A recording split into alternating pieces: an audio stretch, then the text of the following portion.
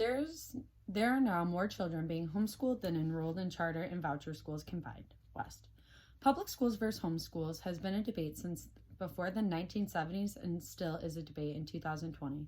Today I'm going to tell you what all the fuss is about around this debate. What's the big difference between public and homeschooling? Public school or homeschooling, what's the big deal as long as kids are learning? The big deal is the fact that one of these is regulated and one is not. Without any regulations, there is no way of knowing what is really going on inside these homes.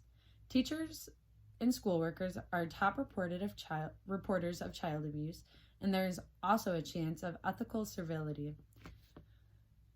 Though it must be noted that parents and children who voluntarily subject themselves to testing are self-selected educational elites of homeschooling movement. West. Robin L. West discusses both sides of this hot topic in her article, The Harms of Homeschooling. In Homeschooling and Teaching Styles, comparing the motivating styles of homeschool and public school teachers, they say that on average, the number of homeschooled students increases 10% each year. The issue with homeschooling is the fact that there is little to no regulation. There is such a lack of regulation that it is not necessary to notify the state that the family plans to homeschool. With this lack of regulation, there is no structure, no set subjects, no set amount of time dedicated towards learning, and no mandatory state testing. And since there is no mandatory testing, the numbers they get are not accurate representations of the homeschooled population. The article Research Facts on Homeschooling by Brian D. Ray state that homeschooling students typically score 15 to 30 percentiles above public school students on academic tests. Later in the article, Brian talks about the fact that the data is not conclusive since there is no way of actually proving that homeschool was the cause. With no regulation, there is no monitoring how many homeschooled students are taking these tests, which is a huge factor in the data. If public schools only submitted their data that related to kids who plan on furthering their educational careers instead of every student, their numbers would look different as well. Not only is the material not regulated, but the parents are not certified nor qualified to teach. Although not being certified doesn't mean that you are not capable of teaching your children, it doesn't mean that everybody should have this opportunity. Many parents, no matter their education level, have the ability to teach their children. This does not mean they all should, though. Some might take advantage of this luxury.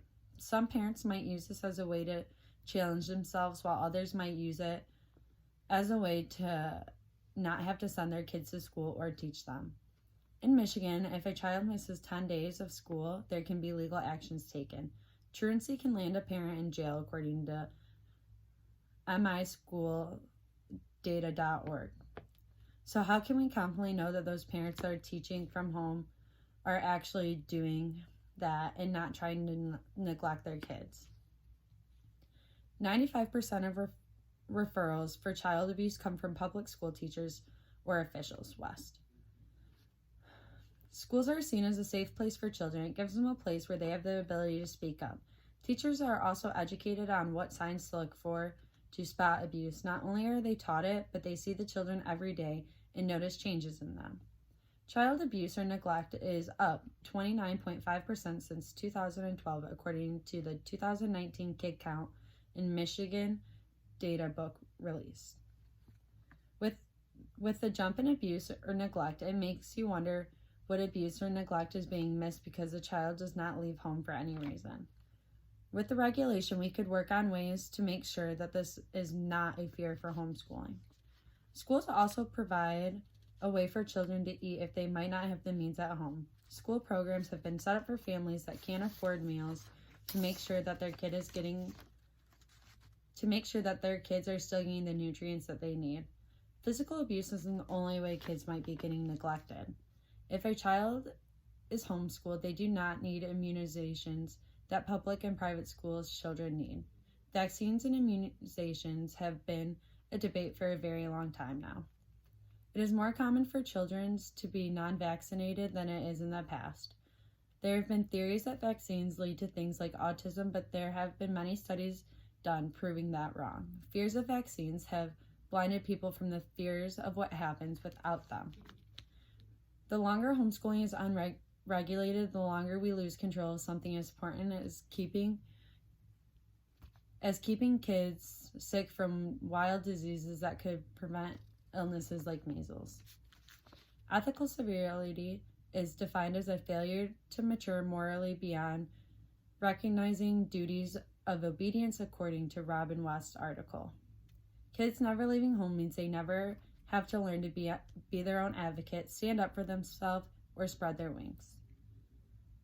The kid is never seen as more than a kid from their parents' point of view. In school situations, they become so much more.